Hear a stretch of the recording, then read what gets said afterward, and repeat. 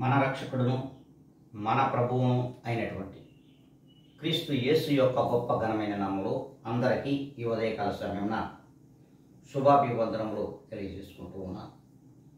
ఈ దినమున మనకు దేవుడు ఇచ్చినటువంటి గొప్ప వాగ్దానము, అది సామెతల గ్రంథము 11వ అధ్యాయము 28వ లేఖనాన్ని మనం చూద్దాం.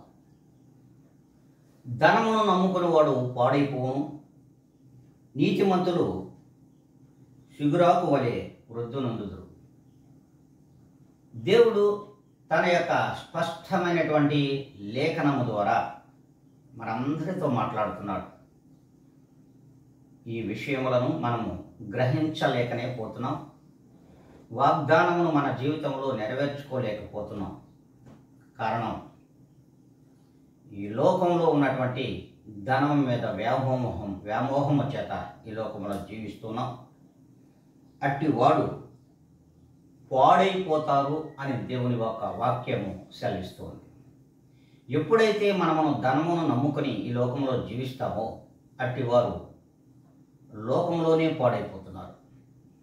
మీరు పరలోక రాజ్యం వరకు దేవుని చెంతకు ఎట్టి పరిస్థితుల్లో చేరడం అని దేవుని వాక్యం సెలవిస్తుంది. అంతేకాకుండా నీతిమంతులు సిగురాకు వలె దినదినము వృద్ధి చెందుతారు అని దేవుని వాక్యమే సెలవిస్తుంది.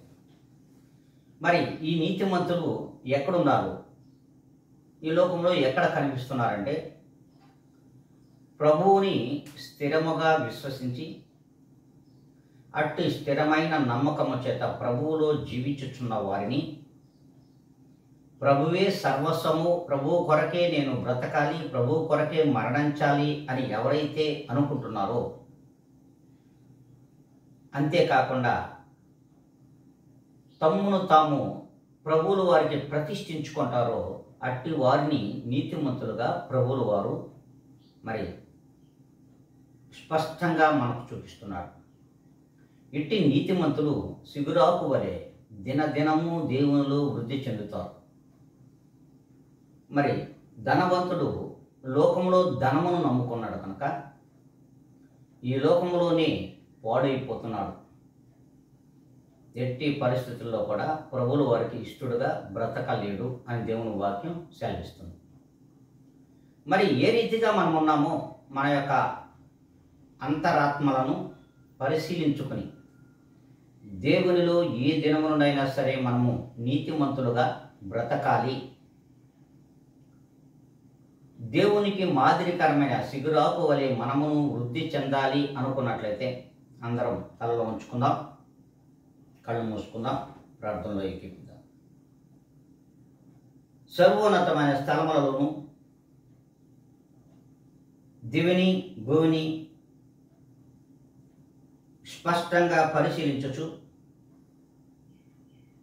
ప్రతి ఒక్కరి ఆత్మలను పరిశీలించుచున్న మా ప్రియ గొప్ప పరలోక తండ్రి, మీ పాదములకు వందనములు, స్తుతి స్తోత్రములు సమర్పించుకుంటూ ఈ ఉదయకాల సమయంలో నీవిచ్చినటువంటి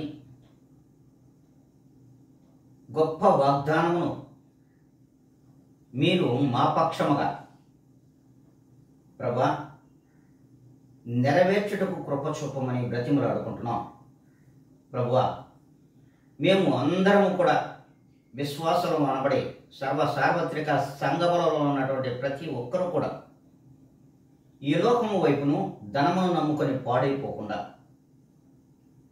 మీకు వలె నీతిమంతులుగా ఈ లోకంలో జీవించడానికి దినదినము మీలో వృద్ధి చెందుటకు కృప చూపమని బ్రతిమలాడుకుంటూ ఘనత, మహిమ, ప్రభావములు మీరు పొందమని వీక్షించుచున్న ప్రతి ఒక్కరిని మీ చేతులకు నేను అప్పగించుకుంటున్నా.